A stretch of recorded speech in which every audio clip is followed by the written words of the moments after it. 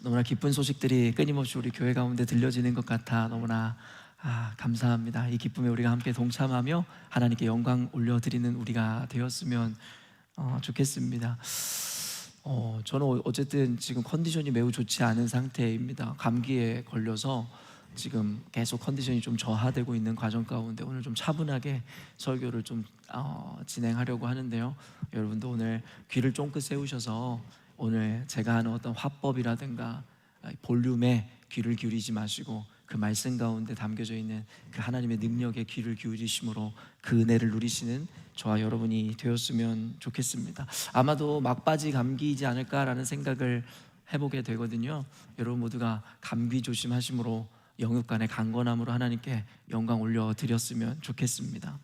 오늘 본문은 2장 마지막 구절부터 이어지는 말씀입니다. 보통 설교를 할 때에 같은 장 안에 있는 구절들로 말씀을 전하는데요, 특별히 여러분도 아시다시피 성경에는 원래 장과 절이 구분되어 있질 않았었습니다. 그러나 이후에 여러 회의와 기간을 통해서 성경을 읽는 독자들로 하여금의 유익을 위해 장과 절을 구별하여 우리 오늘날에 보는 우리의 성경이 되었음을 우리가 익히 알고 있죠. 그러다 보니 그것으로 인해 편리한 것도 사실이지만 때로는 문맥상 이어지고 연결되어야 하는데 장절이 나뉘어 있음으로 말미암아 우리가 그것을 좀 혼동하여 한 맥락 안에서 보지 못하는 누를 범할 때가 종종 있는 것 같습니다. 특별히 2장의 마지막 구절인 15절은 편의상 2장에 속해 있는 구절이지만 제가 볼 때에는 그것은 단순히 2장의 이야기를 마무리하는 결론부의 역할보다는 3장의 말씀을 시작하는 초반절 말씀으로 이해하는 것이 더 맞다라는 생각을 해보게 됩니다. 그런 의미에서 오늘 2장 마지막 구절로부터 시작하여 3장 말씀의 이 본문을 강해할 때에 여러분들에게 특별하고 놀라운 은혜가 함께하기를 원합니다. 오늘 설교 제목을 선한 것을 가르치라 라는 제목으로 가지고 나왔습니다. 선한 것을 가르치는 것, 그것은 우리가 모두 알고 있듯이 교회의 사명입니다. 선한 것을 가르침으로 세상 가운데 유익을 끼치고, 우리 아까 신하자매가 이야기한 것처럼 세상 사람들이 하나님과 화목을 이룰 수 있게 하는 것, 그게 바로 교회에 주신 하나님의 사명임을, 목적임을 우리는 모두 알고 있습니다. 그러나 우리가 선한 것을 가르쳐야 된다는 이것을 때때로는 우리가 하나의 옵션, 선택으로 생각하는 경향도 있습니다. 그러나 우리 교회에게, 그리스도인들에게 있어서 복음을 전하고 선한 것을 가르친다는 것은 그저 단순한 옵션이나 선택이 아니라 우리가 해야만 하는 사명이고 임무임을 성경은 분명하게 이야기하고 있습니다. 여러분도 잘 아시다시피 예수님께서 승천하셨습니다. 부활하신 이후에 제자들과 함께 있다가 승천하실 때에 그를 바라보는 제자들에게 주님께서 말씀하셨죠. 마태복음 28장 19절에서 20절 말씀입니다. 그러므로 너희는 가서 모든 민족을 제자로 삼아 아버지와 아들과 성령의 이름으로 세례를 베풀고 내가 너희에게 분부한 모든 것을 가르쳐 지키게 하라. 볼지어다 내가 세상 끝날까지 너희와 항상 함께 있으리라 하시니라. 예수님의 유언과도 같고 명령과도 같은 이 마태복음의 제일 마지막 장절을 기록하고 있는 이 구절들을 우리는 Great Commission이라고 이야기합니다. 한국말로는 지상 대명령이라고 이야기하죠. 단순히 명령이 아니라 대명령이라 함은 오늘날을 살아가는 우리 모두, 특별히 예수님을 주로 믿어 구원을 얻은 교회와 그리스도인들에게 주시는 하나님의 절대적으로 지켜야 하는 명령이라고 말씀하신 것이 바로 Great Commission, 지상 대명령인 것이죠. 그런 의미에서 내가 너희에게 분부한 모든 것을 가르쳐 지키게 하라라는 이 사명은 우리에게 선택이나 옵션이 아니라 예수님의 명령이요, 우리가 지켜내야 하는 사명이라는 것을 우리가 분명히 알게 된다라는 것입니다. 오늘 설교는 이와 같은 사명을 맡은 교회와 그리스도인들이 이 일을 감당함에 있어서 어떠한 마음과 태도로 이 일들을 이루어내야 되는지에 대해서 여러분과 함께 나누는 시간일 것인데요, 그런 의미에서 단순히 이 구절구절들을 제가 여러분에게 강해할 때에 여러분 논리와 여러분 지성 안에서 오늘 설교를 꼭 이해하셔야 됩니다. 그럴 때 여러분이 어려서부터 신앙생활 해오며 기계적으로 암기했었던 의미에서의 사명과 목적이 아니라 논리적으로 우리가 왜 그와 같은 일들을 감당해야만 하는지에 대한 그 당위를 여러분들에게 설명해 드릴 때에 그러므로 말미암아 여러분이 믿고 알므로 여러분이 이 일들을 행하시기를 원하는 마음으로 말씀 전할 때에 여러분 온전한 이해가 여러분에게 있기를 원합니다. 여러분, 교회의 사명이 무엇일까요? 방금 여러분에게 전한 이 복음을 전하는 것, 그렇게 생각하실 것입니다. 그러나 우리가 어렸을 때부터 기계적으로 너희의 삶의 목적이 뭐야? 라고 물었을 때 우리는 기계적으로 답변했던 것이 있었죠. 그게 뭐였죠? 하나님의 영광입니다. 우리들의 사명, 우리들의 삶의 목적은 하나님께 영광 돌리는 것이다 라고 우리는 배워왔죠. 여러분, 이것은 개념적인 의미에서의 교회의 사명과 목적입니다. 이것이 너무나도 당연할 수밖에 없는 것이, 우리는 예수 그리스도를 주로 믿어 구원을 얻은 자입니다. 그리고 그 의미는 하나님 아버지를 믿어 그분이 세상을 지으신 창조주이시며 주인이심을 믿는 믿음 안에 있음을 우리는 분명하게 고백하는 것이죠. 여러분, 하나님께서 저와 여러분을 창조하셨음의 의미가 무엇입니까? 바로 우리들의 생명과 우리들의 삶의 소유권이 우리를 지으신 하나님에게 있음을 우리는 분명하게 알 수 있는 대목입니다.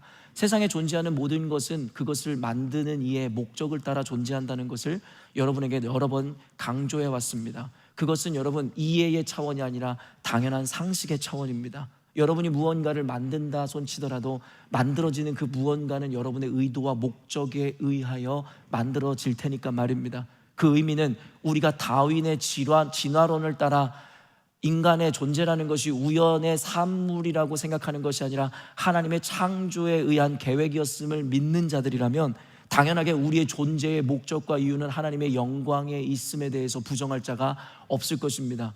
이것은 상식입니다.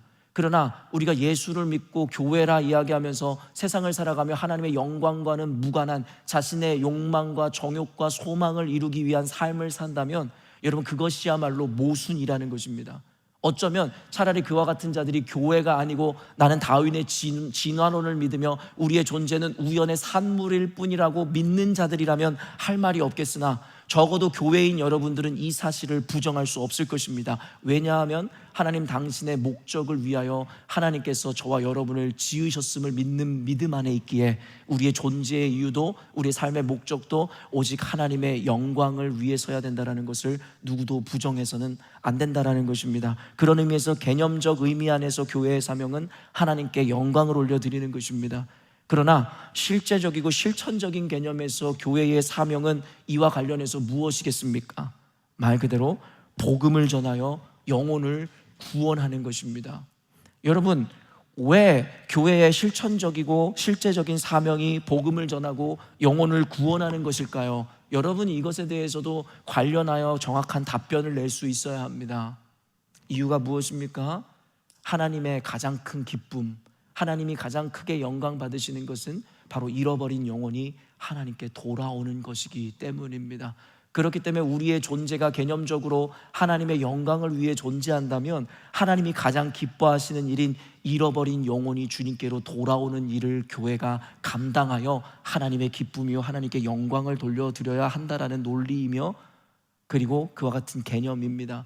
그렇기 때문에 기계적으로 전도하는 것은 옳지 않습니다.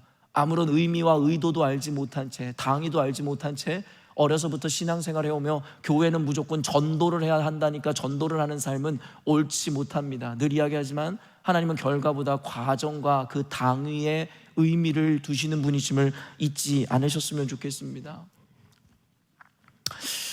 오늘날에 목적을 잃고 살아가는 이들의 삶을 보면서 안타까운 것이 있습니다. 그들은 자신들의 존재의 이유와 목적도 알지 못한 채, 또한 자신이 무엇을 향해 살아야 하는지도 모르는 채 그저 열심을 다해 살아갑니다. 어떤 누군가가 이와 같은 은유와 비유를 통해서 가르친 적이 있었는데요, 하나님의 목적과 그리고 우리를 지으심을 알지 못한 채로 열심으로 살아가는 자들은 망망대해를 떠도는 표류하는 배와 같다라는 이야기, 그 은유를 한 적이 있습니다. 저는 그 비유가 너무나도 정확한 비유라는 생각을 해보게 됩니다. 호주에서 살아가면서 우리가 때로는 팜비치라든가 본다이 비치, 맨리 비치를 가면서 여러분 그 자연의 위대함과 하나님의 창조의 섭리로 인해서 감격을 누리죠. 그러면서 끝도 없이 펼쳐지는 그 바다를 바라보면서 저 끝에는 무엇이 있을까? 어디로 가야 우리 대한민국이 있을까라는 생각을 해본 적이 한두 번이 아닙니다. 여러분, 우리가 만약에 망망대해에 떠다니는 하나의 돛담배라고 생각해 보십시다.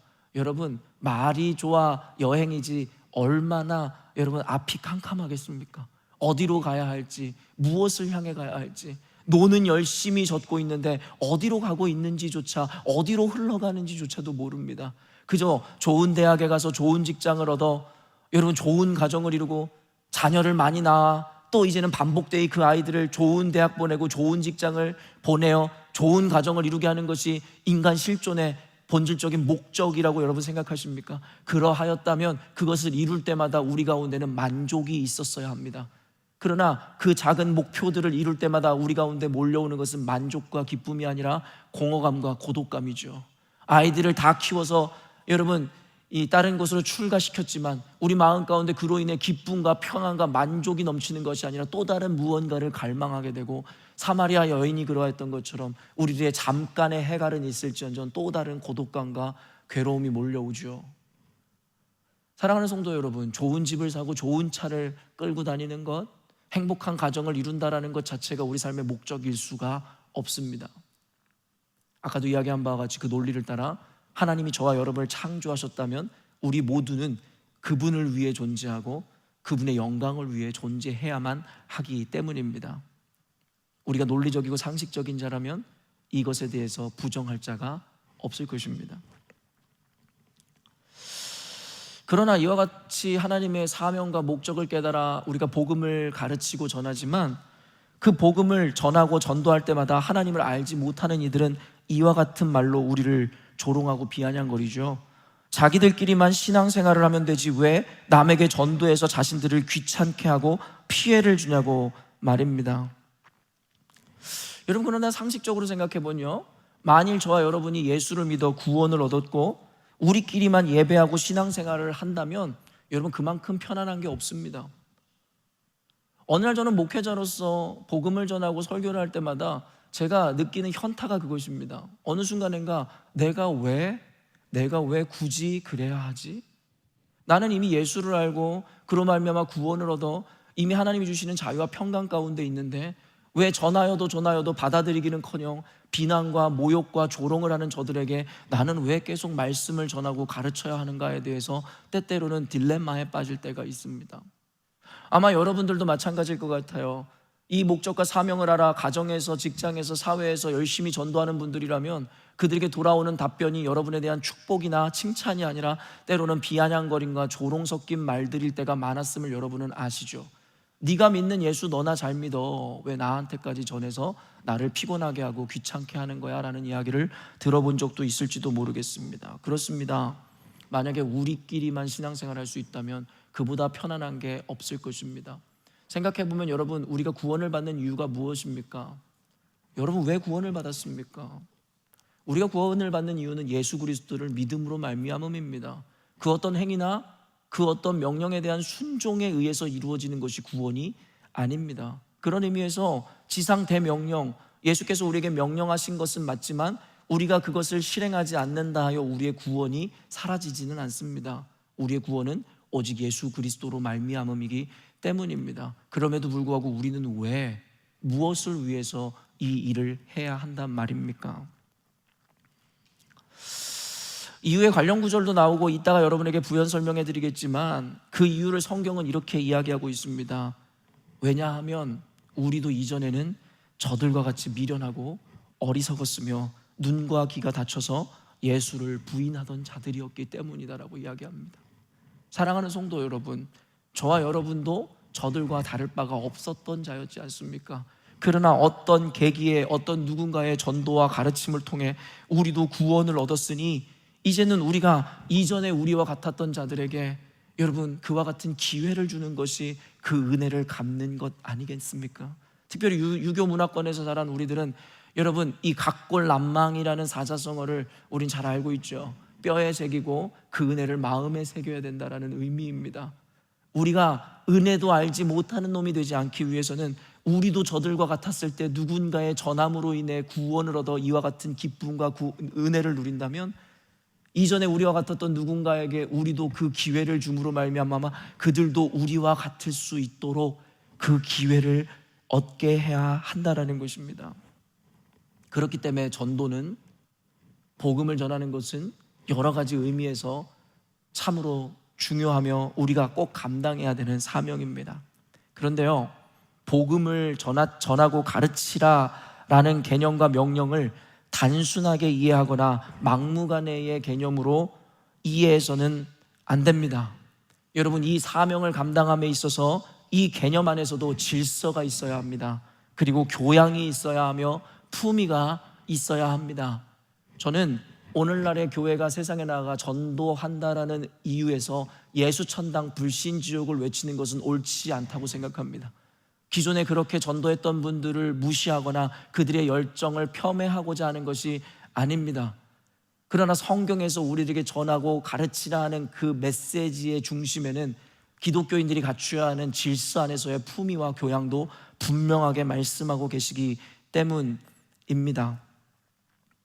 그렇기 때문에 우리는 그저 단순히 싸구려 물건을 파는 자들이 되어서는 안 됩니다. 무엇보다도 남을 속여 어떻게 해서든지 교회에 사람들을 불러들이기 위한 마케팅의 방법으로 사람들을 속여 사람들을 교회로 끌고 오는 집단이 되어서는 더더욱 안 됩니다. 우리가 전하고 가르치는 것의 가치를 온전히 나타내고 드러내기 위해서는 우리는 질서 안에서 우리가 이루어내야 하는 품위가 있는 것입니다. 사랑하는 성도 여러분, 늘 잊지 마십시오. 하나님은 결과를 원하는 것이 아니라 과정을 원합니다. 하나님께서 결과를 목적하셨다면 저와 여러분 같이 어리석고 연약한 존재를 하나님의 동역자로 삼으실 이유가 전혀 없었을 것입니다.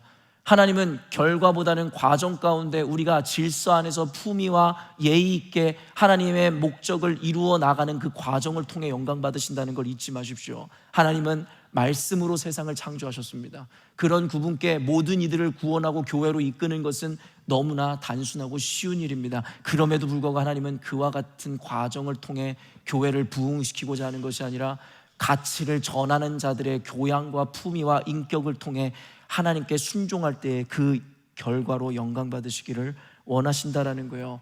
이래나 저래나 서울만 가면 된다라는 식의 개념을 버리십시오. 그거는 세상 사람들에게 속하고 통용되는 개념인지 모르겠지만 그리스도인들에게는 과정이 더 중요합니다.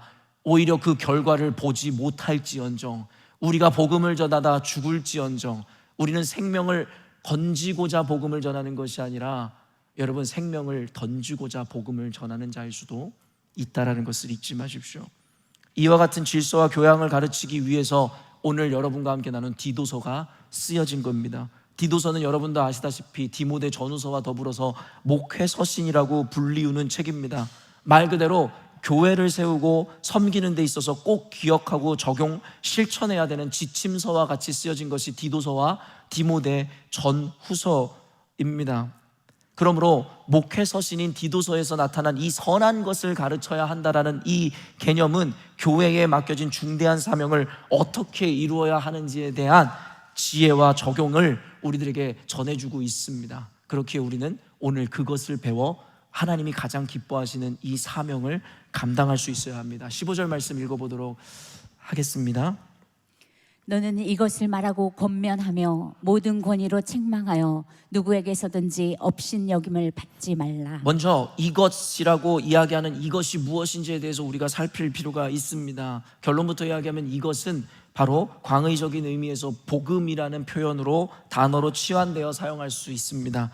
지금 여기에서 컨텍스트 안에서 이것이라 이야기하면 그 앞뒤 문맥 가운데 사도 바울이 교회에게 가르치는 교훈적 내용이라든가 지침들을 의미할 수 있습니다. 그렇기 때문에 협소한 의미에서 이것을 가르치고 권면하라고 이야기합니다. 그러나 광의적이고 포괄적인 의미에서 본다면 이것이 곧 하나님의 말씀이고 복음입니다. 왜냐하면 바울이 전개하고 있는 이 모든 말씀들은 곧 우리가 지금 눈으로 보듯이 성경이라고 통칭되기 때문입니다. 그렇기 때문에 하나님의 감동에 의해 쓰여진 이 구절들과 말씀들은 곧 하나님의 말씀이며 복음이라고 우리가 이해할 수 있다는 것입니다. 그렇기 때문에 이 복음을 우리는 모든 권위로 권면하고 책망할 수 있어야 되며 그로 말미암아 누구에게도 업신여김을 받지 말아야 된다라고 성경에서 분명히 이야기합니다. 복음을 전하고 가르칠 때 업신여김을 받지 않기 위해 권위로 책망하고 가르치라고 이야기하고 있다라는 것입니다. 업신여김을 받았다. 이 배경을 살펴보면 더 이해가 되는데 디모데서를 보면 바울이 디모데에게 그와 같은 이야기를 합니다. 너가 업신여김을 받지 말아야 될 것이다 라고 말입니다. 그러나 디모데서에서 분명하게 그가 업신여김을 받았던 이유에 대해서 밝히고 있는데, 그 이유는 디모데가 연소함으로 말미암음이라고 이야기합니다. 여러분도 알고다시피 디모데는 나이가 어린 젊은 목회자였습니다. 그러다 보니 그 전통사회에 있었던 기득권층이라든가 장로라든가 장로들의 어른들에 의해서 여러분 그는 업신여김을 받았을 수 있습니다. 그래서 사도 바울은 이와 같은 서신을 통해서 디모데뿐만 아니라 교회에게 디모데는 내가 세운 영적 권위자이고 지도자이기에 그가 연소하다라는 이유로 그를 업신여기지 말라라고 당부했으며, 그리고 자칫 위축되어 있을 수도 있었던 디모데에게도 너는 네가 연소함으로 말미암아 위축되거나 사람들에게 우스움을 당하지 말고 업신여김을 당하지 말라고 분명하게 이야기하죠. 네가 세워진 것은 사람이 세운 것이 아니라 하나님이 세우시고 말씀의 권위로 세웠기 때문이다라고 분명히 이야기하고 있습니다. 아마도 이와 같은 의미에서 오늘 디도에게도 업신여김을 받지 말라는 의미를, 디도 역시 젊은 목회자였기에 디모데의 컨텍스트 안에서 그가 젊어 업신여김을 받을까 염려함이었다라고 이해할 수도 있을 것입니다. 그러나 이유 문맥을 살펴보면 단순히 그의 연소함으로 오는 업신여김에 대해서 경계하고 경고하는 것이 아니라 비신자들, 예수를 알지 못하는 자들 혹은 이단자들과의 대화 가운데 결코 굴하거나 진리 앞에서 스스로를 낮추지 말라는 의미로 이해할 수가 있을 것입니다. 여러분, 우리는 복음을 가르치고 선한 것을 세상 가운데 전해야 되는 자들입니다.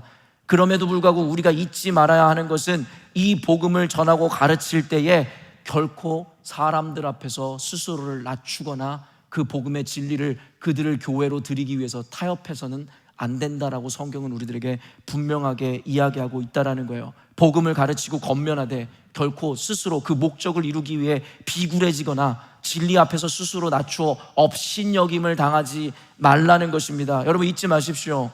우리는 이 사명을 감당하기 위해 사람들에게 복음을 전하는 것은 사실이지만 결코 동량하거나 구걸하는 것이 아님을 잊지 말라고 성경은 우리들에게 분명히 이야기하고 있습니다. 이 복음이라는 것은, 복음의 가치는 이 복음을 전하고 가르치는 자에 의해 규정된다 해도 과언이 아닙니다. 적어도 받아들이는 자들에게는 말입니다. 이것이 무슨 말입니까? 여러분, 예를 들어 우리가 싸구려 물건을 팔거나 흠이 있는 것을 팔 때에 그것을 파는 자들의 태도가 어떠한지를 우리는 너무나 잘 알고 있죠. 하나라도 더 팔기 위해서 온갖 아양을 떨며 상대방의 마음을 훔치려고 합니다. 또한 과도한 친절과 스스로를 낮춤으로 말미암아 그들의 환심을 사려 하죠. 이유가 무엇인 줄 아십니까? 자신이 파는 물건이 흠이 있고 싸구려이기 때문입니다. 하나라도 더 팔기 위해서 사람들에게 환심을 사야 하기 때문입니다. 그럼 언젠가도 여러분에게 비유로 이야기했지만 명품관이라든가 여러분 세상에 리미티드 에디션으로 나온 것을 파는 자들의 직원들의 태도를 보십시오. 여러분, 그들은 그것을 사러 온 자들보다 더 고자세를 취합니다. 왠 줄 아십니까? 네가 사고 싶으면 사. 너 아니어도 살 사람 많아. 여러분, 그 의미와 함께 무엇을 의미합니까? 이 가치의 희소성을 의미하는 것이죠. 사고자 하는 사람이 많다라는 것이고 내가 지금 너에게 팔고자 하는 이것이 어떤 가치인 줄 아니라는 태도를 갖고 있기 때문입니다. 그러나 여러분, 안타깝게도 오늘날의 교회는 우리가 전하는 복음을 싸구려로 만들어 버렸습니다. 복음이 싸구려는 아닐진데 복음은 그 어떤 가치와도 비교할 수 없는 가치일 것인데 그것을 전하는 자들인 교회와 오늘날의 그리스도인들이 그 가치를 한없이 싸구려로 만들어 버렸다는 것입니다. 사람들 앞에서 어떻게든 교회로 끌고 오기 위해서 갖은 아양을 떨고 그들 앞에서 말씀을, 진리를 비굴하게 타협하는 것은 말할 것도 없고 잠깐 눈만 감으면 된다는 생각으로 불법을 행하며 어떻게든 사람들을 교회로 들이기 위해서 가짜는 위로와 그 사람들을 위안하는 것을 보게 되는 것이죠. 과연 그렇게 교회를 온 자들이 온전한 예수님의 제자가 될 수 있을 거라고 생각하십니까? 이미 여러분이 전한 복음 자체가 싸구려인데요. 사랑하는 성도 여러분, 복음을 전하는 것은 중요합니다. 그러나 전하는 자들의 태도가 어떠한지가 전하는 것보다 더 중요합니다. 왜냐하면 차라리 전하지 않는 것이 낫지, 전하였지만 그 가치를 훼손하는 것은 전하지 않은 것보다 못한 행위일 것이기 때문입니다. 그렇기 때문에 오늘날의 교회 가운데 전도해라가 강조되는 것이 아니라 우리가 전해야 하는 것이 그 어떤 가치인지에 대해서 가르치는 것이 비교할 수 없을 정도로 중요합니다. 예수님은 그런 분입니다. 복음은 그런 가치입니다. 여러분이 함부로 이야기하고 함부로 훼손하고 함부로 사람들에게 구걸할 수 있는 그런 가치가 아닙니다. 그것이 복음이고 예수이고 그를 믿는 교회의 프라이드입니다. 그렇기 때문에 절대로 비굴해지지 마십시오. 절대 동냥하지 마십시오. 복음을 전하기 위해서 절대 복음을 싸구려로 만들지 마십시오. 1절 말씀 한번 읽어보도록 하겠습니다. 너는 그들로 하여금 통치자들과 권세 잡은 자들에게 복종하며 순종하며 모든 선한 일 행하기를 준비하게 하며. 여기서 통치자들과 권세 잡은 자들이라는 것은 바로 국가의 통치 세력, 정치 세력을 의미하는 것입니다. 여러분, 성경은 바울은 분명하게 디도에게, 교회에게 세상 통치자들과 권세 잡은 자들에게 복종하라고 가르칩니다. 오늘날에 우리가 배워왔었던 개념이랑은 조금 다른 느낌을 받지만 이것이 사실입니다. 왜냐하면 예수님도 동일하게 가르치시고 주의를 주셨기 때문이죠. 가이사랴의 것은 가이사랴에게, 하나님에게 것은 하나님에게, 세상의 법칙과 하나님의 법칙을 분명하게 구분하여 세상에 필연적으로 존재할 수밖에 없는 우리들에게 하나님을 믿는다라는 이유로 세상의 질서를 어기는 자가 되지 말고 세상의 질서를 따르는 자가 되라고 말씀하셨습니다. 그리고 또한 성경에서 이야기하는 것이 무엇이에요? 그 세상에 세워진 권세자도, 세상의 집권자도 결국엔 하나님의 주권 가운데 하나님이 허락하여 세우신 자들이라고 분명히 말씀하고 있더라는 것이죠. 실제적으로 당시 로마 지배 아래에 있었을 때에 이들은 크고 작은 소란과 폭동을 일으켰음을 역사가 이야기하고 있습니다. 그래서 바울은 로마서를 통해 이렇게 이야기합니다. 로마서 13장 1절에서 2절입니다. 각 사람은 위에 있는 권세들에게 복종하라. 권세는 하나님으로부터 나지 않음이 없나니 모든 권세는 다 하나님께서 정하신 바라. 그러므로 권세를 거스리는 자는 하나님의 명을 거스름이니 거스리는 자들은 심판을 자취하리라. 여러분, 당시에 그들을 지배하고 있었던 것이 로마입니다. 로마의 집권자들이 교회를 핍박하고 교회 가운데 얼마나 악한 일들을 행하였습니까? 그럼에도 불구하고 이와 같이 가르치기에 역설적으로 더욱더 우리들에게 강조점이 있는 것입니다. 그런 정치인들이라 할지라도, 그런 주관자들이라 할지라도 너희들은 그 권세에 복종해라. 그러나 단순히 비굴하거나 생명을 구걸하라는 이야기가 아닙니다. 사도 바울이 로마서를 통해 세상의 권세에 복종하라 하는 이유의 당위를 이렇게 밝힙니다. 왜냐하면 세상에 있는 권세마저도 하나님의 허락하심이 없이는 세상 가운데 주어진 권세가 없기 때문이다라고 이야기하고 있습니다. 세상의 권세자들이나 집권자들이 행하는 모든 것이 옳고 선해서가 아닙니다. 그들이 행하는 모든 것이 신앙적이고 하나님의 목적을 향하여 있기 때문이 아닙니다. 하나님의 이유와 목적이 어느 곳에 있든지 주님께서 그들을 세우셨기 때문이다라고 이야기하고 있더라는 것입니다. 여러분, 우리는 가난과 기근을 피해 애굽으로 피하여 그곳에서 2인자 총리가 되었던 이 요셉의 이야기를 너무나 잘 알고 있죠.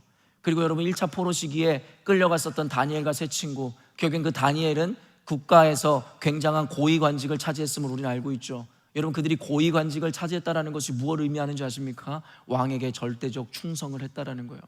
어떤 이들은 이렇게 생각할 수 있을 거예요. 이스라엘의 대적이고 원수인 애국과 그리고 이스라엘을 멸망시킨 바벨론의 왕에게, 특별히 그들은 하나님을 알지 못하는 자들인데 그들에게 충성을 서약하는 저들을 비판하고 손가락질할지 모르겠습니다. 그러나 우리가 알고 있듯이 누구도 요셉을, 다니엘을 비난하거나 손가락질하지 않습니다. 여러분, 하나님께서 우리에게 뭐라고 말씀하시는 줄 아세요? 세상 권세에 복종하라는 거예요. 비굴하거나 타협하거나 생명을 구걸하라는 것이 아니라 세우신 이의 목적과 의도를 따라 주님께서 주권 가운데 세우신 일이라고 말씀하고 있기 때문입니다. 그런 의미에서 저는 대선 때마다 기독교인이 대통령이 되기를 기도하는 기독교인들을 이해할 수 없습니다. 그와 같은 운동과 교회를 이해할 수 없습니다. 우리의 뜻은 기독교인이 대통령이 되는 것이 아닙니다. 우리가 소망하고 원하는 것은 하나님의 뜻이 이루어지는 것입니다. 하나님께서는 때로는 자신의 목적을 이루기 위해 애굽왕 바로를 세우시고 바사 페르시아 왕을 세우시기도 하였고 바벨론 갈대아 사람들을 통해 이스라엘을 심판하셨습니다. 결과론적으로 보면 누구도 그 심판을, 이방의 왕을 왕으로 세우시고 기름 부으신 하나님을 이해할 수 없을지 모르겠으나 어차피 우린 하나님을 이해할 수 없습니다. 하나님의 생각은 우리의 생각과 다릅니다. 그럼에도 불구하고 전제되는 게 뭔지 아세요? 하나님은 항상 옳으신 분이시고 하나님은 항상 선하신 분이시며 하나님이 하시면 모든 것이 정의가 되는 것입니다. 그리고 그 결과적으로 우리에게 보여준 것이 무엇이었어요? 이방 왕들을 세우심으로 말미암아 그들을 통하여 하나님의 백성인 이스라엘을 심판하여 그들을 회복하게 한 이후에 그들의 죄값을 따라 하나님께서 그들을 심판하시더라는 것이죠. 그렇기 때문에 단순히 기독교인이 위정자가 되고 정치인이 되며 나라, 국가, 권력을 잡는 집단이 되기를 기도하지 마십시오. 이미 그 일은 이루어졌고 실패로 귀결됐습니다. 로마 카톨릭이 신정 정치를 통해서 유럽을 제파했었지 않습니까? 왕보다 더 큰 권위가 교회에게 있었고 교황에게 있었습니다. 그래서 뭐요? 하나님이 영광 받으셨습니까? 그로 말미암아서 부패는 더욱더 심해지고 교회의 영광은 땅에 떨어졌습니다.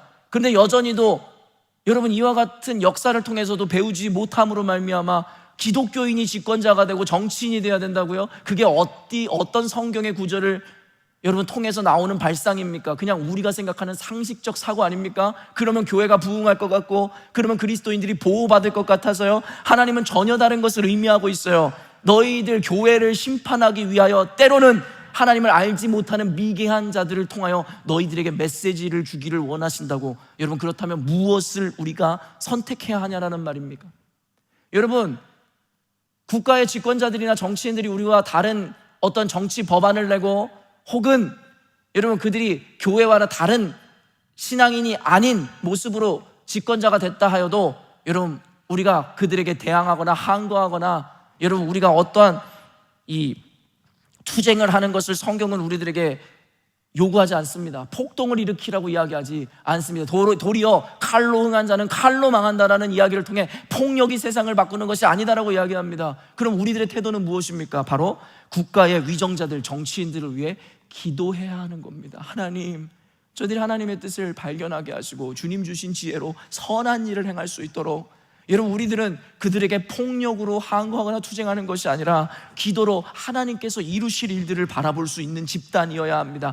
다시 한번 이야기하지만 비굴하거나 생명을 구걸하거나 교회의 존립을 위해서 이와 같은 일을 하라는 것이 아닙니다. 하나님이 이와 같은 방법과 품위와 질서 안에서의 과정을 원하시기 때문입니다. 여러분 오네시모라는 자를 알고 계시죠? 오네시모는 종입니다.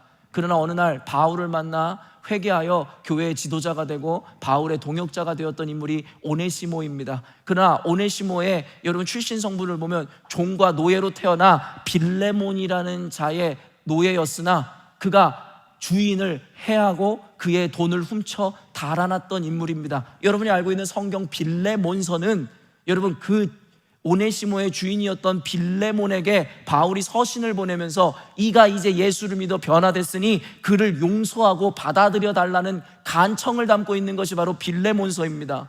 이것이 왜 성경에 삽입됐나라는 논란도 있지만 결국은 이 안에서 우리는 그리스도의 원리와 질서, 하나님의 사랑을 발견해야 된다라는 거예요. 빌레몬서 1장 12절에서 14절 말씀입니다. 내게 그를 돌려보내노니 그는 내 신복이라. 그를 내게 머물러 있게 하여 내 복음을 위하여 갇힌 중에서 내 대신 나를 섬기게 하고자 하나. 다만 내 승낙이 없이는 내가 아무것도 하기를 원하지 아니하노니 이는 너의 선한 일이 억지같이 되지 아니하고 자의로 되게 하려 함이라. 지금 보시면 알겠지만 바울이 한껏 자신을 낮춤으로 말미암아 너의 승낙이 있어야만 내가 오네시모와 함께 동역을 할 수 있다라고 이야기하죠. 근데 여러분 배경을 알면 더 재밌습니다. 이 빌레몬이라는 자는 어떤 자입니까? 여러분 골로새 지역에 있었던 유지입니다. 아주 부유한 부유층의 사람입니다. 그러니까 노예들을 거느리고 살았겠죠. 또 한 가지 사실이 뭔지 아세요? 골로새서 교회의 리더였습니다. 골로새 교회의 리더였으며 그리고 그곳에서 있는 지역 유지였습니다. 그런데 더 재밌는 것은 뭔지 아세요? 빌레몬은 바로 사도 바울에 의해서 예수님을 만나 여러분 변화함을 입어 골로새 교회의 리더가 됐었던 자였습니다. 여러분 이 의미가 뭔지 아세요? 사도 바울에게는 영적 권위가 있었어요. 그에게 은인이었습니다. 어쩌면 그 부자에게 오네시모 한 명 방면해달라고 이야기하는 것은 어려운 일이 아니었을 것입니다. 그러나 사도 바울은 그와 같은 의미에서 영적 권위를 사용하지 않았어요. 그는 질서를 따라 허락을 받아 합법적으로 오네시모를 교회의 동역자로 삼고 싶었습니다.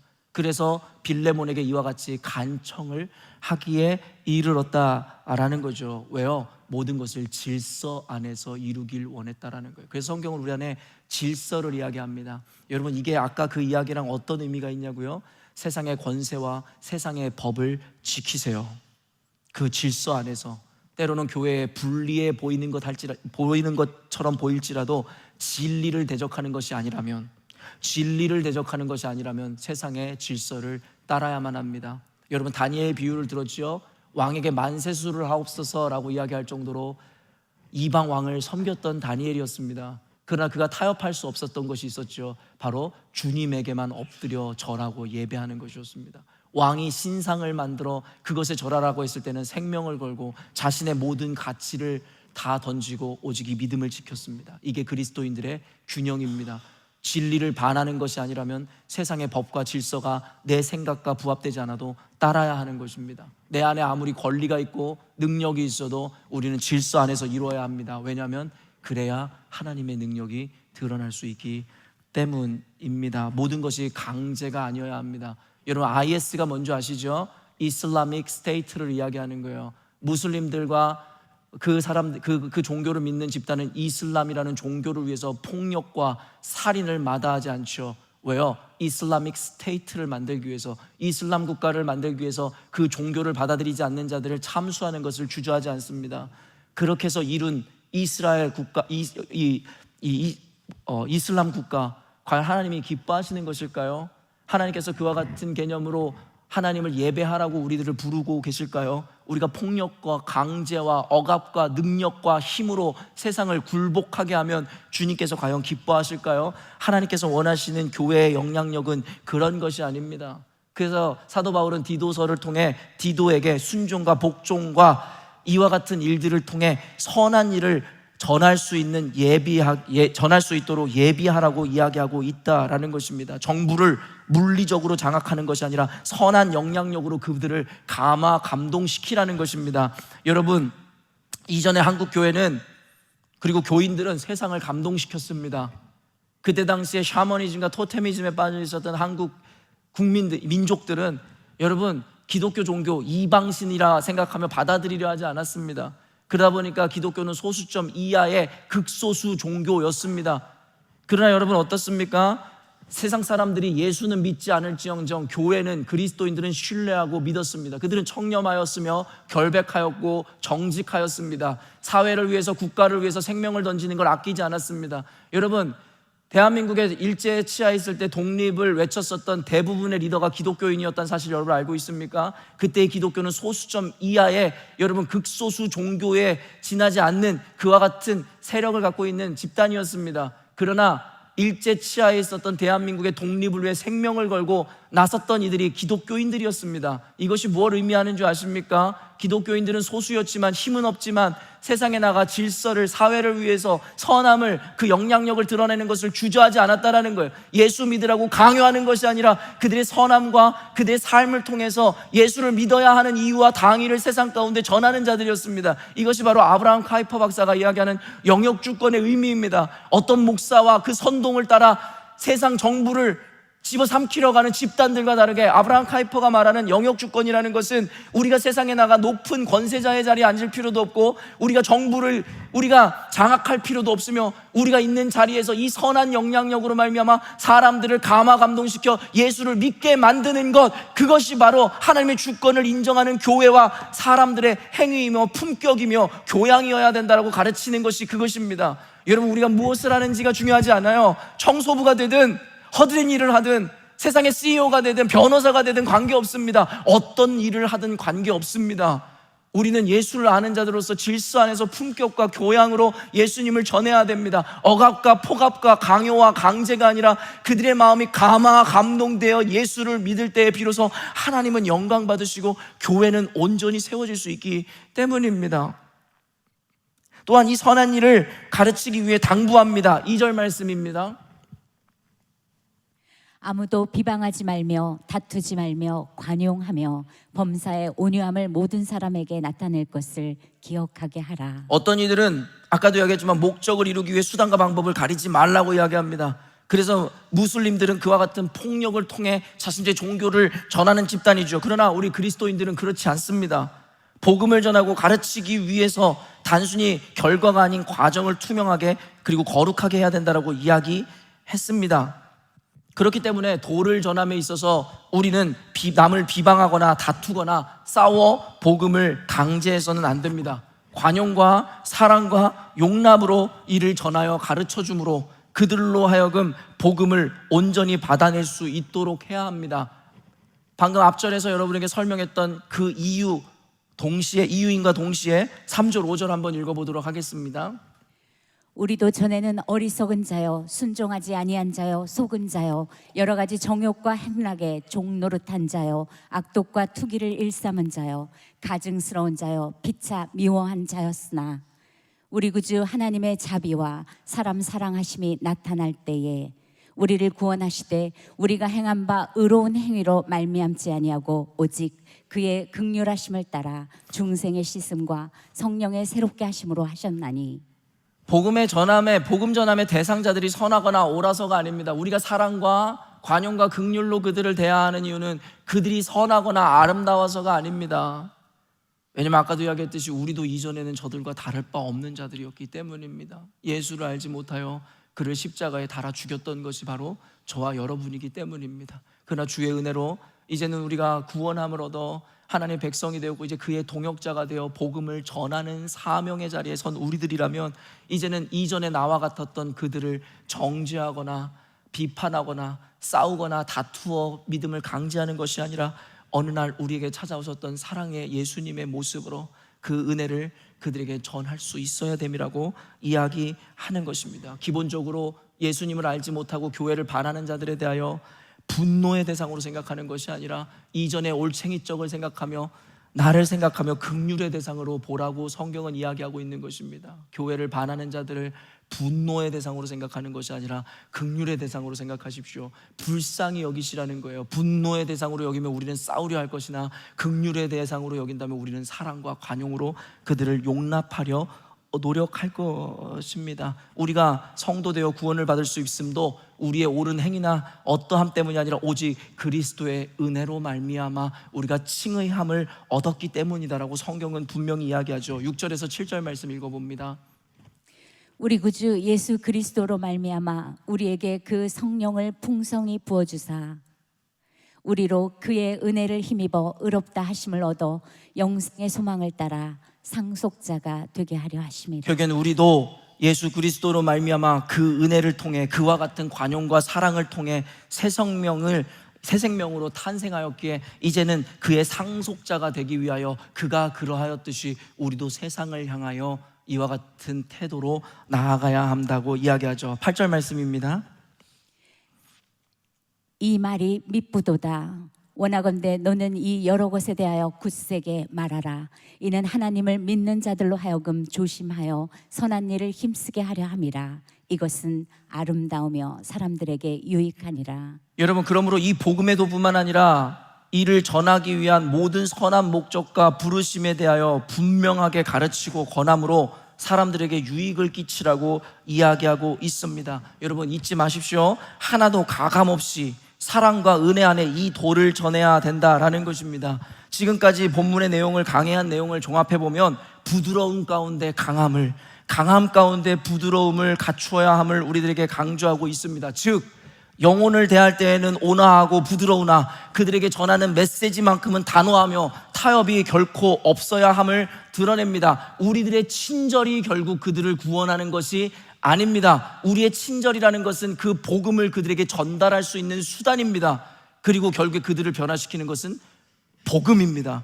그렇기 때문에 복음에는 1절의 타협도 1절의 여러분 가감도 없어야 합니다. 다만 그 복음을 전하기 위해 우리는 친절해야 하며 우리는 사랑으로 나아가야 된다는 것을 이야기하고 있다는 거예요. 다시 한번 이야기합니다. 친절은 그저 복음을 전하기 위한 통로이며 과정일 뿐 결국에는 영혼을 구원하는 것은 복음입니다. 그러므로 사랑하는 성도 여러분, 복음을 전하십시오. 사랑과 관용과 용납과 친절함 가운데 전하십시오. 그러나 여러분이 전하는 그 메시지만큼은 결코 타협 없이 강하게 있는 그대로 그들에게 전할 수 있어야 한다는 것입니다.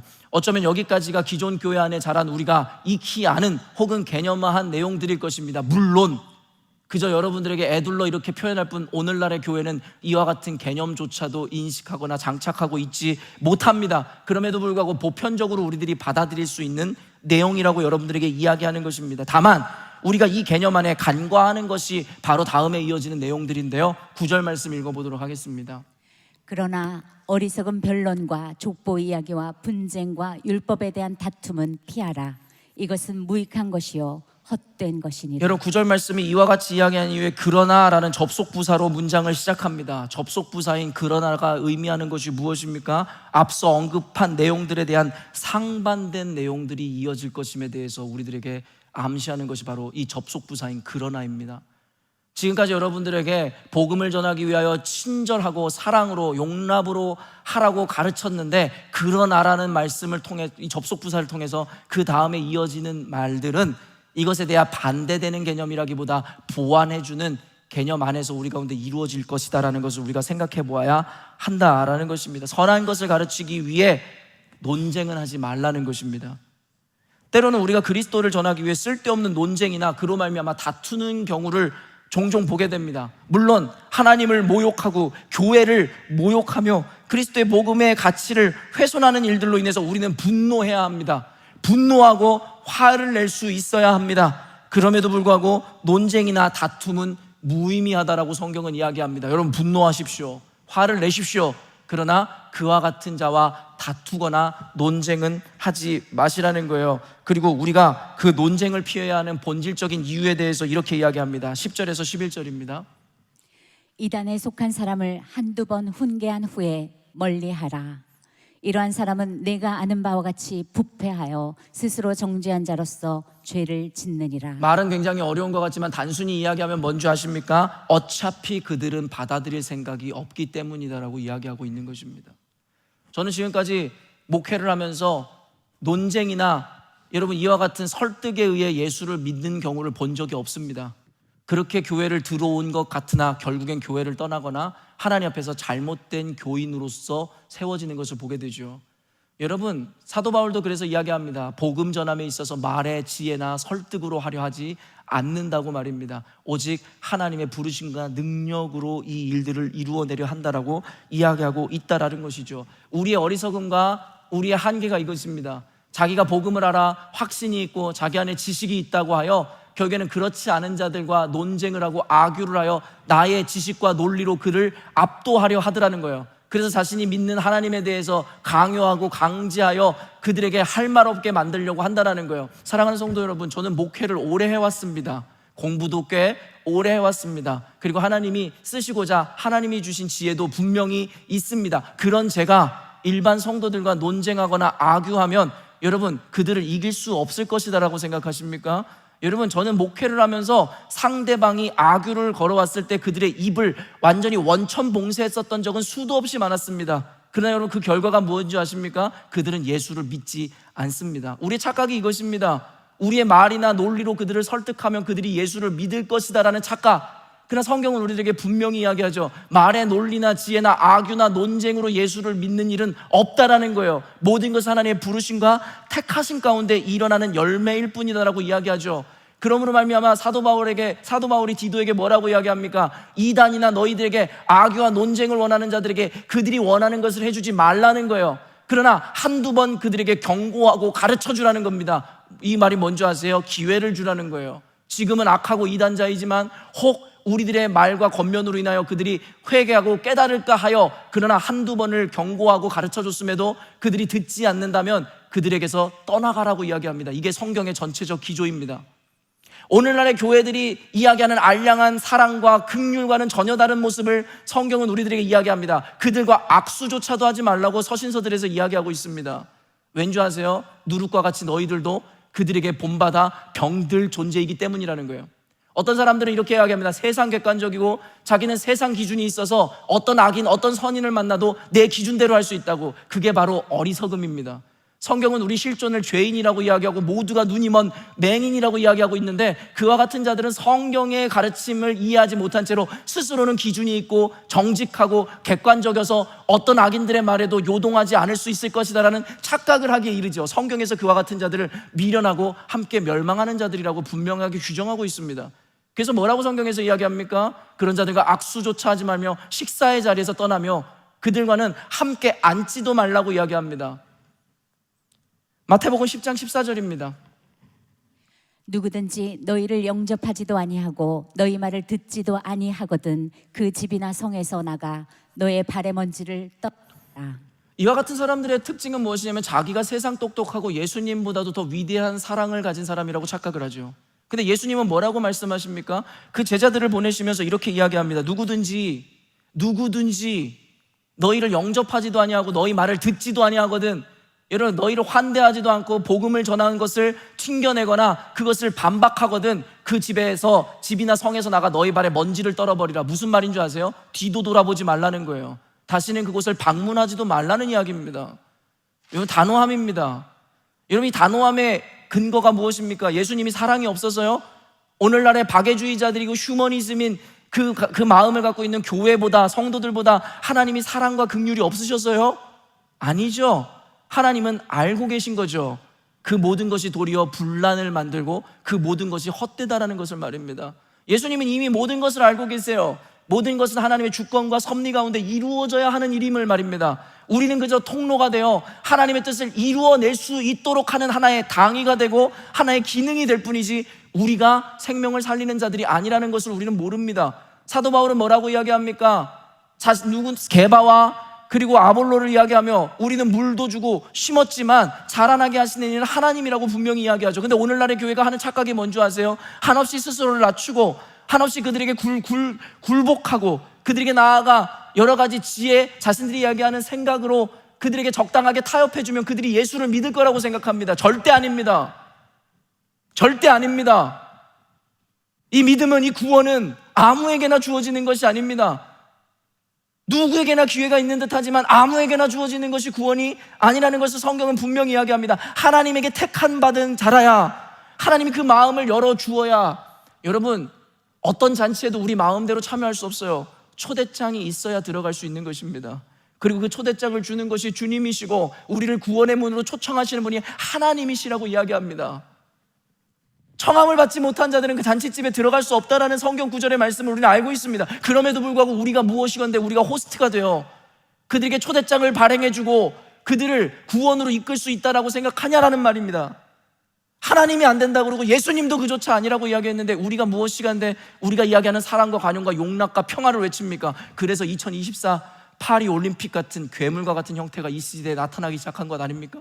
그들이 말하는 사랑과 관용과 박애와 평등과 용서가 이와 같은 모양입니까? 이것이 예수님께서 말씀하시는 사랑과 박애와 용납과 용서와 이해라고 생각하십니까? 오늘날 교회도 세속주의에 물들어 그와 같은 교회가 되어가니 하나님께서 하늘에서 교회를 통해 영광을 받으시기는커녕 수치를 당하시고 가슴 아파하시지 않느냐라는 말입니다. 사랑하는 성도 여러분, 가족 안에서조차도 구분하십시오. 가족은 우리에게 가장 소중한 존재임은 확실합니다. 그럼에도 불구하고 하나님의 구원에 있어서 우리가 가족이라 하여 우리 마음대로 그것을 조장할 수도 바꿀 수도 없는 노릇입니다. 사랑으로 기회를 주십시오. 그러나 여러분이 사랑한다 하여 바꿀 수 있다라고 착각은 하지 마십시오. 우리는 그저 선함과 의로움으로 질서 안에서 복음을 전하고 가르칠 뿐이지 우리 멋대로 사랑하는 남편, 아내, 자식, 부모라 하여 그 구원을 줄 수 있는 주체가 아님을 잊지 마십시오. 이와 같은 믿음으로 마음으로 나갈 때 우리 안에 불안감과 두려움은 사라집니다. 화평과 평안이 주어지고 안정이 주어집니다. 여러분, 세상 모든 죄를 여러분이 짊어져야 된다고 착각하지 마세요. 모든 책임감을 여러분이 지려 하지 마세요. 남편의 구원, 아내의 구원, 인류의 구원 여러분이 책임지려 하지 마세요. 우리는 그저 그들에게 기회를 주는 겁니다. 우리는 복음을 전하는 겁니다. 선한 일을 가르치는 것입니다. 그리고 그들은 마침내 그때가 되어 그것을 받아들게 되는 것입니다. 저는요, 교회 목회를 하면서 놀랍고 신기한 일들을 참 많이 경험합니다. 가진 노력을 다하여 설득하고 가르치고 열심을 다해봤지만 결국 그 마음의 문을 열지 않는 자들, 그래서 예수를 전혀 받아들이지 않는 이들을 너무 많이 보아왔죠.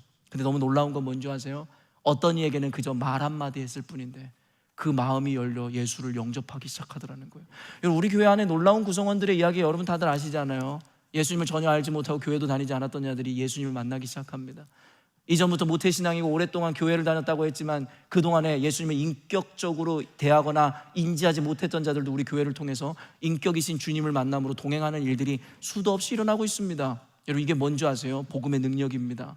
복음의 능력입니다. 말씀의 능력입니다. 사람의 친절함이나 사람의 어떠함이 그 능력을 나타내는 것이 아니라는 것입니다. 사랑하는 성도 여러분, 우리 교회 요 근래 등록하시고 오시는 분들의 이야기를 저는 종종 듣습니다. 너무나 놀라운 일이 지금도 일어납니다. 그동안에 그렇게 귀가 닳도록 귀에 딱지가 지도록 전한 메시지가 씨알도 먹히지 않았는데 어느 순간인가 때가 되니 하나님의 말씀을 하나 던져줬을 뿐인데 여러분, 우리가 기대했던 것보다 수백 수천의 열매를 맺기 시작합니다. 이게 복음입니다.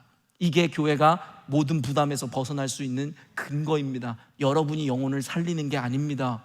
영혼을 구원하는 건 하나님의 의지이고 하나님의 열심입니다. 우리는 그저 선한 일을 질서 안에서 교양과 품위 안에서 전하고 가르칠 뿐이라는 것을 잊지 않으셨으면 좋겠습니다. 결론 맺겠습니다. 사랑하는 성도 여러분, 다시 한번 이야기하지만 우리는 그저 그 선하고 아름다운 일들, 그 복음을 전하고 가르칠 뿐입니다.